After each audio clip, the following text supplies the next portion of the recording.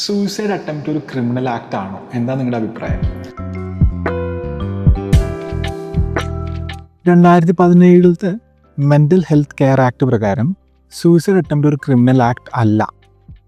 മുമ്പൊക്കെ നമ്മൾ രോഗിയെ അഡ്മിറ്റ് ചെയ്തിരുന്നു, അവർ ബൈസ്റ്റാൻഡേഴ്സൊക്കെ പറയുന്ന ഇൻഫർമേഷൻ വെച്ചിട്ടാണ് നമ്മൾ അഡ്മിറ്റ് ചെയ്തിരുന്നത്. എത്ര കാലം വേണമെങ്കിലും അഡ്മിറ്റ് ചെയ്യാൻ പറ്റിയിരുന്നു. ഇപ്പം അങ്ങനെയല്ല.